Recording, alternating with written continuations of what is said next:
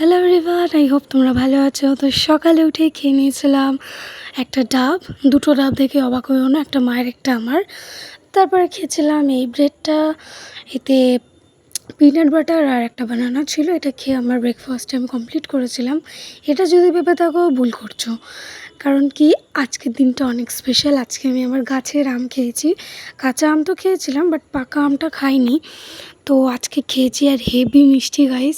তোমাদের সাথে আমি আমার গাছটাও শেয়ার করব। তার আগে দেখিয়ে দিই, আমার একটা পার্সেল এসেছিলো উইশ কেয়ার থেকে। এটা বিএচএ বডি লোশন। এটা আমি ইউজ করার পরে 1-2 মাস পরে রিভিউ দেবো তোমাদের। যদি আমার ট্যানিং, পিগমেন্টেশন, বডি অ্যাকনি সব কমাতে পারে, তোমাদের আমি দেখাবো যে অ্যাকচুয়ালি এটা কীরকম ওয়ার্ক করেছে। 2-3 মাস ওয়েট করো, তারপরে দেখাবো। তো এই যে আমাদের বাড়ির আম গাছ।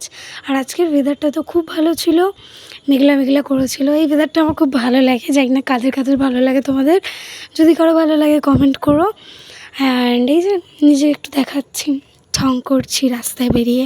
কিন্তু যাই বলো, ওয়েদারটা তো সেরা ছিল। আর এই গাছ, এই বাড়ি ঘরের মানে এত সুন্দর একটা হাওয়া দিচ্ছিল যে কিছু বলার নেই।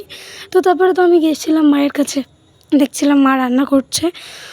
তো আজকে রেসিপি তো বেশি কিছু ছিল না, জাস্ট একটা পদেই রান্না ছিল। জাস্ট একটু ভাত করেছিল মা, আর করেছিল ডুমুর।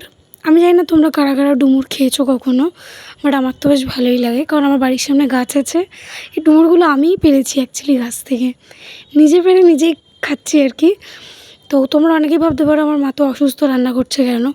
সেটা না, সব কিছু আমিই করে দিয়েছি। মা জাস্ট একটু আমাকে দেখিয়ে দিচ্ছিলো। আমি যখন ভিডিও করছিলাম মাকে বলছিলাম তুমি নেড়ে দাও, বিকজ ভিডিও করতে করতে আমি নাড়তে পারছিলাম না। তো তারপরে তো এসেছিলো বৃষ্টি, বেশিক্ষণ হয়নি অবশ্য।